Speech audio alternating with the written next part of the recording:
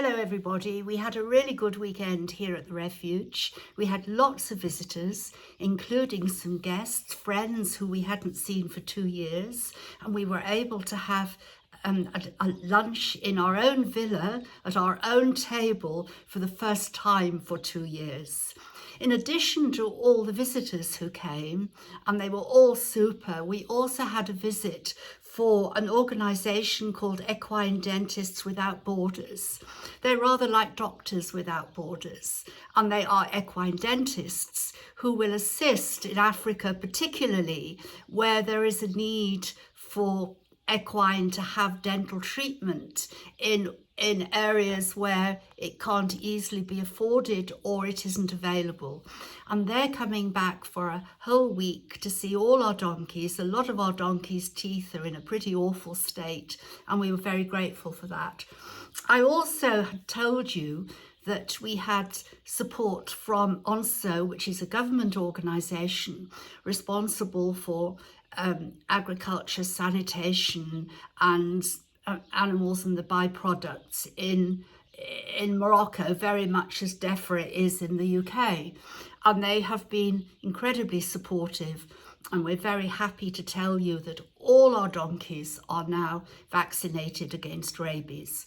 Although it's rare for a donkey to get rabies because we have so many close to each other living in herds, it would be devastating if one rabid animal came in.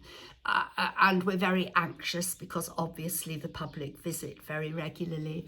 Now, in response to that, I got a lot of comments, both from people abroad and people here in Morocco. And I'm going to deal firstly for those that commented from abroad. Statements like, it's a pity the government can't do more for the stray dogs. And I understand and I accept that sentiment. But I think the best I can do is explain why we got support and a little bit of a reminder of what the rules are here in Morocco. And in the next video, I'll deal with the Moroccan end and how maybe we can all work together to bring about change that the King very much wants to see happen. I would say to people who post quite regularly from outside Morocco, you're very lucky you can do it.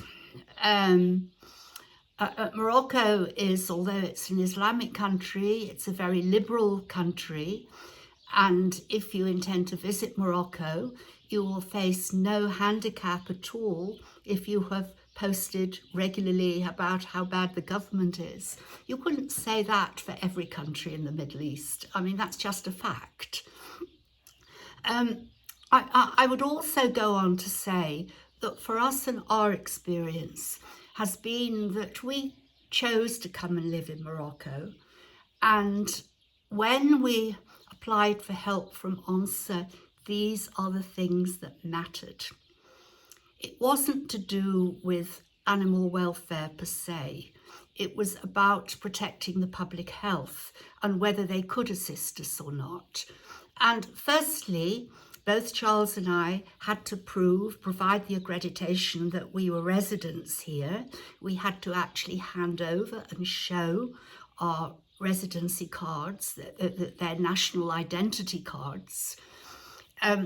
Secondly, we had to demonstrate that we were registered as a charity in Morocco. And without those basics, they would not have been able to assist at all. That's the law here. That's as it is. And I'd ask you to remember that when people come from abroad into the UK or into the States, they're not permitted to enter the country and just set up animal rescues if they're not legally permitted to be in that country. And why should it be any different in Morocco? Now, I'm not saying that every registered charity is perfect, far from it. I'm also aware that there are lots of little charities here who do amazing work, but they have a serious handicap because they're not registered.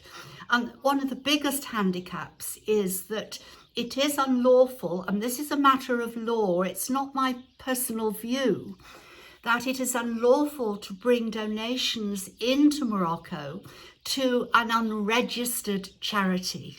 Lots of people do it and they get away with it, and that's fine. But that is the bottom line.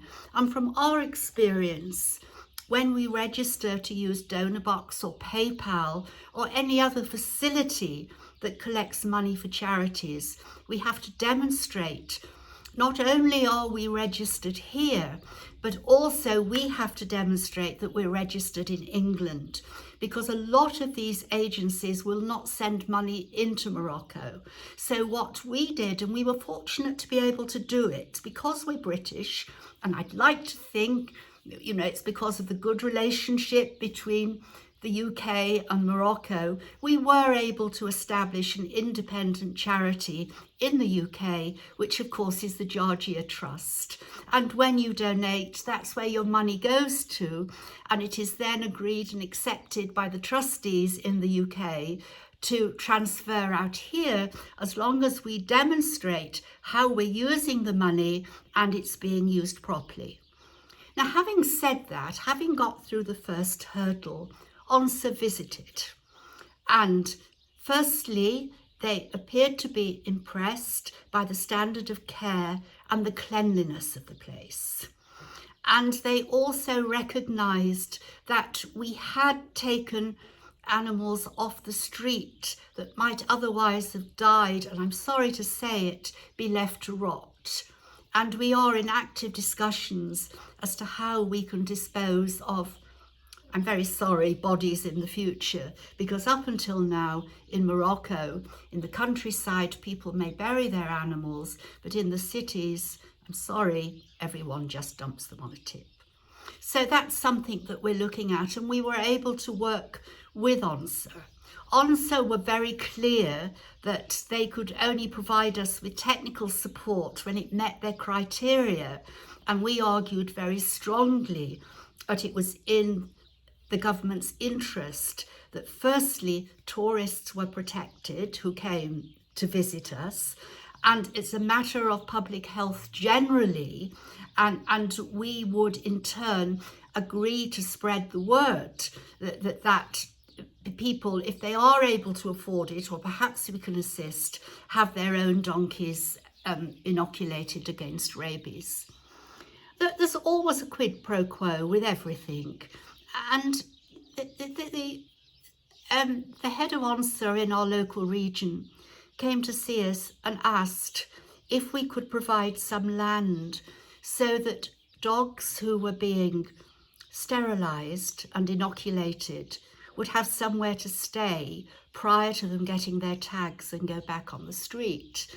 Now, I have to be honest, the idea of having to cope with dogs alongside donkeys is very difficult, because I have no truck with refugees who just take everything willy-nilly. Our experiences with so many donkeys who live in herds, if we have a lot of dogs and they form packs, they will attack the donkeys. That's the reality. They're first generation wild animals. So, of course, we wanted to help. And there is a local charity with vets who are able to do this work. And we are going to provide a portion of land to them so they can develop their facilities there. And we can carry out the wishes of the king and the government, who have made it quite clear that no longer dogs should be shot in Morocco. And of course, the sequelae of that is obvious. If they're not going to be shot, what are they going to do with them? Now, to say, and particularly from abroad, the government should do it. They should inoculate and sterilise. It's not as straightforward as it seems. They're all private vets in Morocco, and private vets want paying. It's expensive. We're in a country that is developing. We're not part of the developed world. We've been through a pandemic and people are starving. And if the government was seen to send huge amounts of funds to save the dogs, there would be an uproar. Now, I'm sorry, that's reality. And therefore, what we have to do is build bridges and links. And it's not good enough just to say, save the dogs, we have to develop facilities where we can. So if they're not going to be shot, people will have to do what we have offered to do and provide some land. People who are collecting money to save the dogs should register. I can always give advice on that. You know, it isn't easy. I didn't just jump into Morocco and say, oh, please register me as a charity. It was hard work. And what you can't do is arrive in this country and say, oh, I'm going to rescue animals. Oh, by the way, I don't have any water. I don't have any electricity. Please send me money. Oh, it'll be difficult to send me money because we're not registered. It's hard to bring it into the country. You have to do the spade work first, and we are happy to help anybody do that. But so often what I get in response, and I'm not always the most popular person here. Quite recently, there was a charity abroad who were established in part of the developed world. I'm not going to name names because that's unfair, because they don't have the right of reply here. And there was a French person here who was collecting and looking after dogs. And when I contacted her and said, you really must set up a proper charity, and you will have to be police checked, because you have to be when you get residency. You have to jump various hoops. You have to have trustees. You have to comply with the laws and the regulations. The response to me was, am I delusional? What am I talking about? If people want to help animals, they'll help animals. Well, fine, do it. But you won't get anywhere. If you abide by the rules and the regulations, together we can move forward. And before I go, and I'll come back to this tomorrow, before I go, I tell you about Sally, Salima Kadou in Tangier, who invested her own money first and now hopes to be the first rabies-free city in Morocco. She has done it. Adil Barhoum, further along the coast, has built an arrangement with the local authorities. Michelle did down in Agadir. But tragically, when FIFA were looking for the place for their next worldwide tournament, and the local authorities started to collect the wild dogs together, Michelle, who had been sterilising and tagging, found that some well-meaning people blew the whole thing in the press, called Agadir all the names under the sun. So what did they do? They rounded up 800 dogs and dumped them on Michelle. Michelle is now exhausted. It's public knowledge she's suffering from cancer and is in Belgium receiving treatment, and they are in serious financial difficulties. Now, if everyone had pulled together at the right time, that needn't have happened. Michelle had the experience, she'd been through all the trials and tribulations, and therefore those of us who are making progress with the authorities are willing to work with other people. And when you say, but there are people out there who, local people who want to help, well, yes, we all want to help, but you have to find the right way to do it. And constantly writing to the government won't get you anywhere. They'll say, oh, another letter. Now, I do know that at the moment that the whole issue is being discussed on Moroccan news, and that is good. The media, the press can be very helpful. But there must be some common understanding of what we can do, how we can do it, and know our limits. And I'm so sorry I've gone on so long, but this is a really serious subject. And between us, we can save the dogs in Morocco.